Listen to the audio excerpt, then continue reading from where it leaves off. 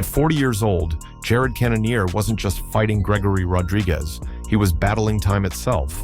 After getting dropped twice in the opening round, the MMA vet dug deeper than ever, unleashing a fourth-round barrage that left Rodriguez crumpled and the crowd screaming. This wasn't just a win, it was a statement.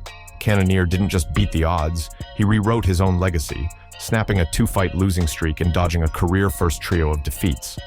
But while the world marveled at his resilience, the real drama was just beginning. Belal Muhammad summed it up in 3 words: he still got it. Kenny Florian was impressed with the elbow strike that stole round 3, and Kelvin Gastelum admitted even he thought Rodriguez would rally. But here's what nobody's saying. Rodriguez's gas tank betrayed him again. Fans are now asking, is RoboCop too reliant on early finishes? One thing's clear, Cannonier's comeback wasn't just a win. It exposed a chilling pattern. But the drama didn't stop in the octagon. Backstage at UFC Vegas 102, Armen Tsarukyan pointed fingers, jokingly, at Nina Drama for his back injury.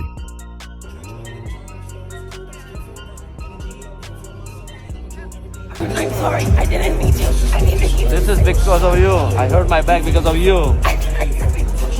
Was it a lighthearted jab or a subtle call-out? Either way, it's proof. In MMA, even the injuries come with plot twists. Meanwhile, Bryce Mitchell dropped a bombshell off camera. That thug nasty character in the UFC game, it just funded his next camp. The royalty check hit, he revealed, thanking fans for kicking butt with his digital avatar. But here's the kicker, Mitchell's banking on that virtual hype to fuel his real-life return. Talk about meta. And then there's Nate Diaz, because what's Valentine's Day without a chokehold? Diaz and wife Misty Brown turned Paris into their personal dojo, sharing clips of playful grappling.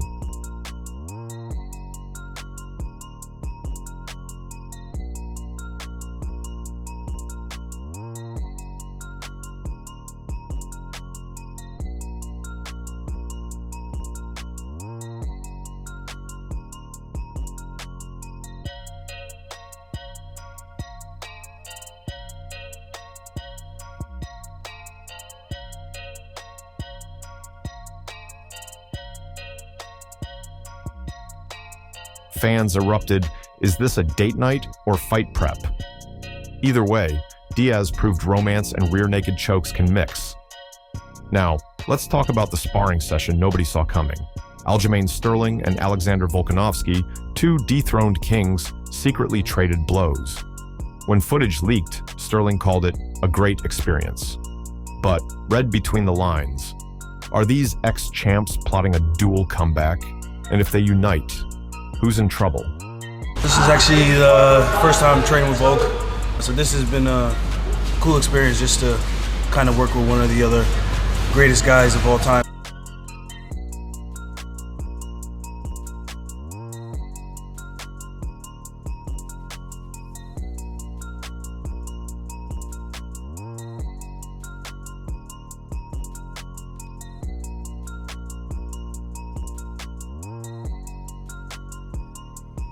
Kamaru Usman just flipped the middleweight division upside down. Breaking down Chimaev versus Plessis, he warned, Hamzat's round 1 is a nightmare. But then he dropped the mic. He's got the tools to be champion. Translation?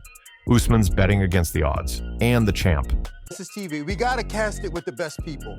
Hamza Chimaev brings in the numbers, he brings in the eyeballs, and it's not like he doesn't deserve the fight as well. So you gotta cast it with the best fighter who brings in the biggest amount of draw in terms of audience. Intriguing fight because Hamza Chimaev is probably one of the most difficult people to deal with in that first round.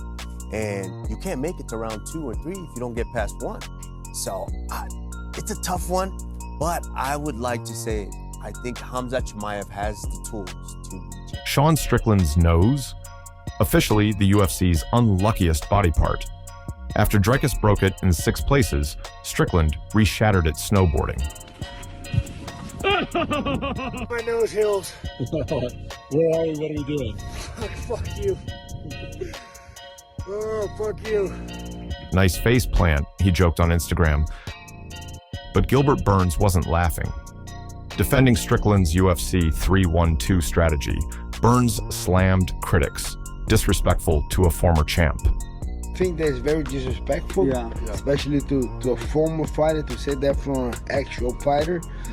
Hey, you guys are starting a beef with Dean Thomas. I'm cool with Dean Thomas, but I just don't agree with what he said. You know, I think I'm very respectful, but I think he's a real fighter. You know, so sometimes the fight is complicated. You know, sometimes you don't get the reading, sometimes it's not your day. And to be honest, Dorico's, we talked about that a couple times. He's so awkward. It's hard to get it going with the guy that hits you so hard from freaking different angles. Yet the real question remains, when will Strickland stop sticking his nose in the wrong places? I hope you have enjoyed this video. If you wish to stay connected with up-to-date MMA news, consider subscribing to the channel.